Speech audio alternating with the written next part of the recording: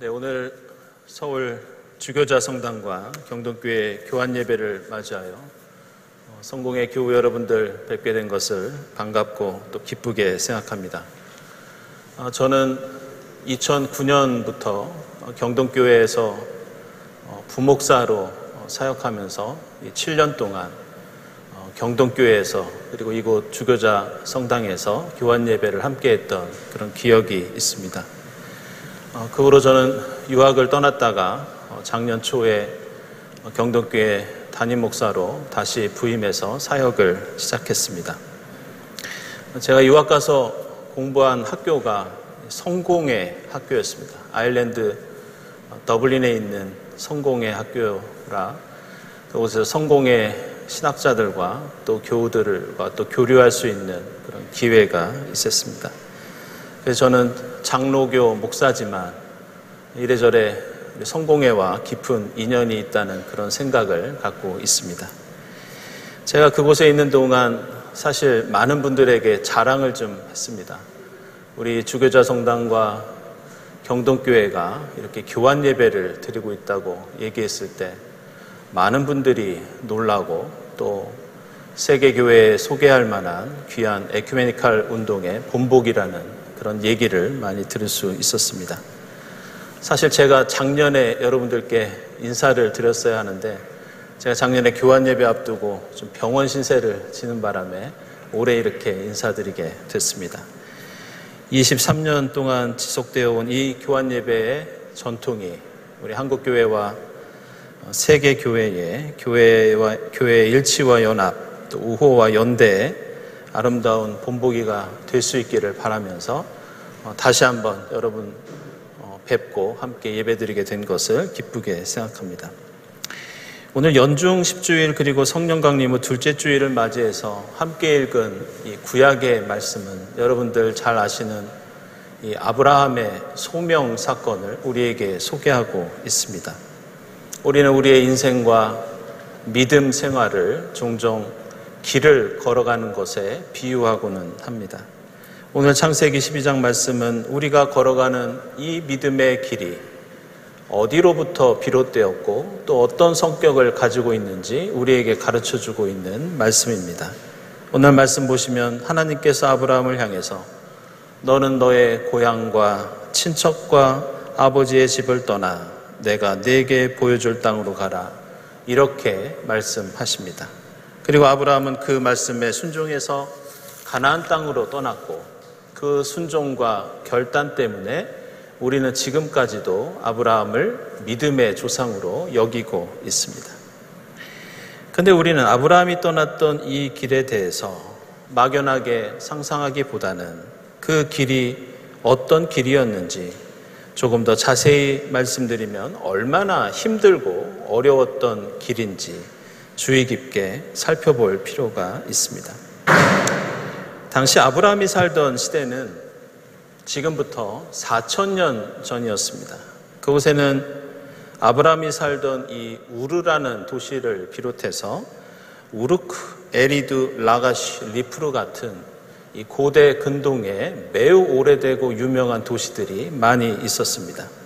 그 중에서도 아브라함이 살던 도시는 전 세계에서 인구 밀도가 가장 높았던 도시 중에 하나였고 정치, 경제, 사회, 문화가 매우 발달했던 지금으로 따지면 서울이나 뉴욕이나 런던 같은 그런 대도시였습니다.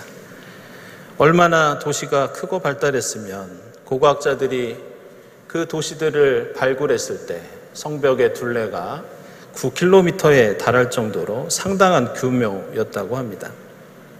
당시 우리 조상들이 살던 한반도는 청동기 시대로 넘어가던 시대라 움막을 짓고 저희들은 돌도끼를 사용하면서 살았는데 아브라함의 고향은 여러 가지 건축 기술과 과학 기술이 발달을 해서 더운 날씨에도 시원하게 지낼 정도로 건물들을 잘 지었고 여러 가지 시설들이 잘 구비되어 있었다고 합니다. 하나 제가 예를 들면 도성 바깥으로 인공수로를 만들어서 수돗물이 이 도시에 공급되기도 했고 반대로 도시 안에서 사용되던 생활 폐수가 바깥으로 흐르는 하수관도 있었다고 합니다. 그들은 이 물로 여러 가지 농작물을 경작했는데 당시에 얼마나 그곳에 인구가 많고 또 농사를 많이 짓고 경제가 발달했으면 이 고고하게 이런 기록이 지금까지 전해지고 있습니다. 그것은 보리 29,086자루, 이런 영수증이 지금까지도 발견되고 전해지고 있다고 합니다. 이러한 도시 안에서 웅장하고 멋진 건축물들이 가득 차 있었고, 따라서 이런 대도시에 산다는 것은 도성 바깥에 있는 사람들이 볼 때에는 도시 사람들이 누리는 부와 권력, 그들이 누리는 문화적인 혜택이 부러움의 대상이었고, 또 당시 시대에는 누구나 누릴 수 없는 그런 특권이었습니다. 그런데 하나님께서는 그런 곳에서 살던 아브라함을 향해서 그 고향과 친척과 아버지의 집을 떠나서 가나안 땅으로 가라고 명령하십니다. 그렇다면 아브라함이 가고 있는 이 가나안 땅은 어떤 곳이었느냐? 갈대아 우르에 비하면 참으로 보잘것없는 오지였고 매우 낙후된 지역이었습니다. 게다가 아브라함의 고향에서 가나안 땅까지는 직선거리로는 사막이 놓여 있었고, 사막을 피해서 돌아가려면 그 거리가 수천 킬로미터에 이를 정도로 대단히 먼 길이었습니다. 그리고 고대 사회에는 경찰이 있는 것도 아니어서 가는 길에는 강도들이 많았고, 또 이들을 위협할 야생 동물들도 많이 있었습니다. 물과 음식을 구하기도 힘들어서 이 길은 생명을 걸어야 하는 그런 위험이 도사리고 있었습니다. 게다가 아시는 것처럼 아브라함은 젊은 사람이 아니라 나이가 많이 든 노인이었고, 지금까지 도시에서 살았기 때문에 가축을 데리고 유목민으로 살아야 하는 그런 낯선 어려움도 있었습니다.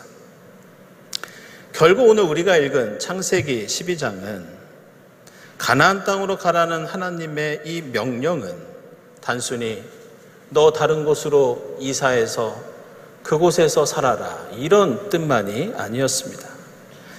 이 말씀은 지금까지 내가 의지하고 성취하고 누리던 모든 것을 포기해라. 이제부터 내가 가라고 하는 이 길에 단순한 희생이 아니라 너의 목숨을 걸어라.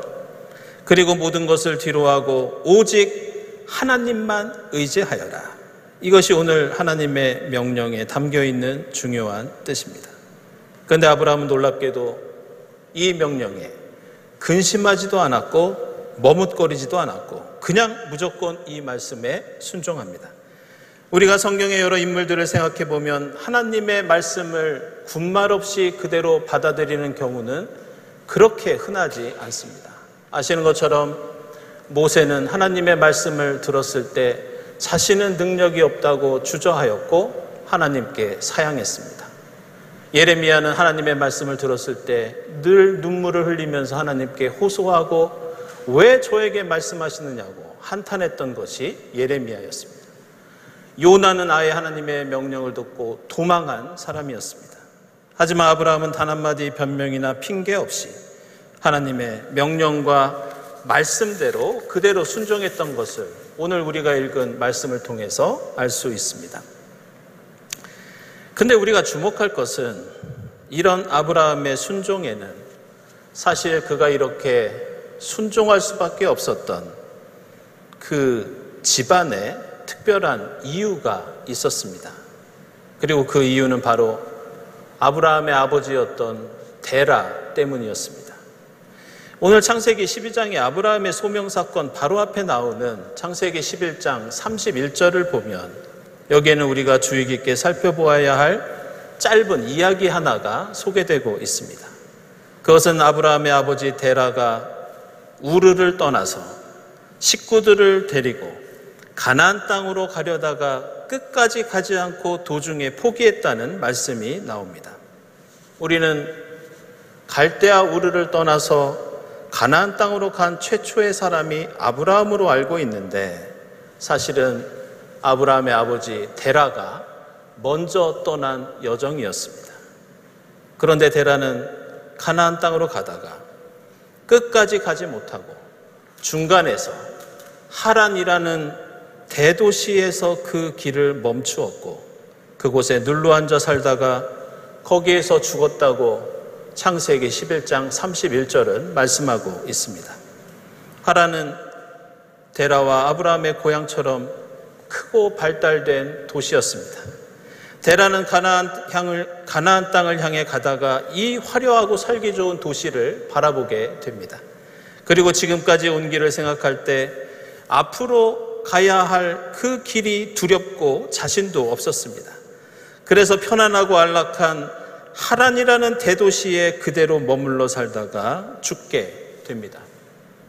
그런데 만약 데라가 아브라함을 데리고 끝까지 가나안 땅으로 향했다면 믿음의 조상은 아브라함이 아니라 데라가 되었을 것입니다. 그랬다면 우리는 아브라함과 이삭과 야곱의 하나님이 아니라 데라와 아브라함과 이삭과 야곱의 하나님이라고 불렀을 겁니다. 그러나 데라는 그 길이 힘들다고 가다가 중지하였고 결국 데라는 포기한 믿음의 조상, 주저앉은 믿음의 조상, 실패한 믿음의 조상이 되어서 그에게 맡겨진 원래의 사명은 아브라함에게 넘어가게 됩니다. 그래서 오늘 하나님께서는 아브라함에게 아브라함아 제발 너는 내가 살고 있는 땅, 내가 태어난 고향, 그 땅을 떠나라. 너는 너의 아버지 데라처럼 중도에 포기하지 말고 내가 보여주는 가나안 땅으로 가거라. 이렇게 부탁하고 명령하고 당부하고 계십니다. 근데 우리는 이러한 아브라함의 소명을 보면서 종종 이런 생각을 할 때가 있습니다. 그렇다면 우리는 도대체 누구를 위해서 이 길을 가야 하는 것일까? 이렇게 힘든 길이지만 하나님께서 우리에게 명령하시고 말씀하신 길이기 때문에 우리는 하나님께 영광을 돌리고 하나님을 위해서 우리가 희생하더라도 이 힘든 여정을 다해야 한다고 그렇게 생각합니다. 그래서 우리는 우리가 가는 이 믿음의 길이 하나님을 위한 것이고 내가 아닌 다른 사람을 위한 것이라고 생각하는데 놀랍게도 오늘 창세기 12장 말씀은 전혀 다르게 우리에게 말씀하고 있습니다. 오늘 12장 1절 말씀을 보면 떠나라는 하나님의 명령이 나오는데 이 말은 히브리어로 레클러카라고 합니다. 그런데 우리말 성경에는 이 레클러카라고 하는 단어에 담겨있는 중요한 뜻이 번역에서 제외되어 있습니다. 그것은 바로 너 자신을 위해서 이런 뜻이 빠져 있습니다. 그래서 이 레클러카는 하나님께서 아브라함을 향해서 그냥 떠나라는 명령이 아니라 아브라함아 너 자신을 위해서 떠나라 이런 뜻입니다. 하나님께서는 지금 아브라함에게 내 아버지 데라는 자신을 위한다고 하란의 자리를 잡았지만 그 길을 포기했지만 결국 자신을 위한다고 했던 그 행동은 결국 누구를 위한 것도 아니었다. 비록 가나안으로 가는 길이 힘들지만 그것은 결국 너 아브라함을 위한 길이니 고향과 친척과 아버지의 집을 바로 너를 위해서 지금 떠나라 이렇게 말씀하고 있습니다. 우리는 힘들고 어렵더라도 하나님의 부르심을 받아서 믿음의 길을 가는 것을 하나님을 위하고 이웃을 위하고 이 땅에 하나님 나라를 이루기 위한 것이라고 종종 생각하고 고백합니다. 그러나 하나님께서는 그 모든 것이 오늘 복음서 말씀처럼 우리가 주님의 제자가 되어 주님을 따르고 오늘 로마서의 사도 바울처럼 믿음의 길을 가며 십자가를 지는 것이 다른 누구를 위한 것이 아니라 결국 먼저 우리 자신을 위한 것이라고 말씀합니다. 화려한 도시 속에서 윤택한 삶을 사는 것도 나쁘지 않지만 광야 같은 믿음의 길을 주님과 동행하며 약속의 땅을 향해 가는 것, 이 땅에서 주님의 정의와 평화를 실천하는 것, 예수 그리스도의 십자가와 부활의 역사를 만들어가는 것, 이것은 결국 우리가 이 세상에서 보다 가치 있고 의미 있는 삶을 살게 하는 다른 누구를 위한 길이 아니라 바로 우리 자신을 위한 길임을 우리는 알아야 합니다. 사랑하는 여러분, 우리는 지금 어떤 길을 어떻게 가고 있습니까? 혹시 내가 가는 길이 너무 힘들어서 하란에 주저앉고 싶을 때가 있지 않습니까? 주님께서 다시 한번 우리를 향해서 말씀하고 계십니다.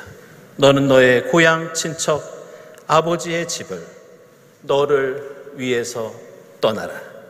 우리 함께 배고픈 사람을 먹이고 슬픈 사람을 위로하고 죽음의 세상에 생명으로 가득한 역사를 함께 만들자. 지금 우리에게 말씀하고 있습니다. 성공의 서울 주교자 성당과 우리 경동교회는 단순히 1년에 한 번 예배만 교환해서 드리는 그런 관계가 아니라 바로 아브라함이 갔던 그 믿음의 길을 함께 가는 동반자이자 동역자인 줄 믿습니다. 고난과 어려움 가운데에도 우리가 주님의 약속을 믿고 힘있게 이 길을 나아갈 때 하나님께서 약속하신 구원과 축복의 역사가 두 교회를 통해 더욱 풍성하게 이어지게 될 줄로 믿습니다. 기도하겠습니다. 하나님, 저희를 믿음의 일꾼으로 주님의 제자로 불러주시니 감사합니다. 저희가 가는 길이 비록 힘들고 어려워도 그 길은 결국 저희를 위한 길인 줄 믿습니다. 데라처럼 하란에 멈춰서고 싶을 때마다 처음 저희를 불러주신 주님 말씀과 약속을 기억하면서 성령의 도우심을 따라 힘있게 믿음의 길을 가게 하옵소서. 성공의 서울 주교자 성당과 경동교회가 함께 도우며 이 길을 동행하게 하시고 하나님의 구원 역사가 두 교회를 통해 풍성한 열매를 맺을 수 있도록 복을 내려 주시옵소서. 예수 그리스도의 이름으로 기도드리옵나이다. 아멘.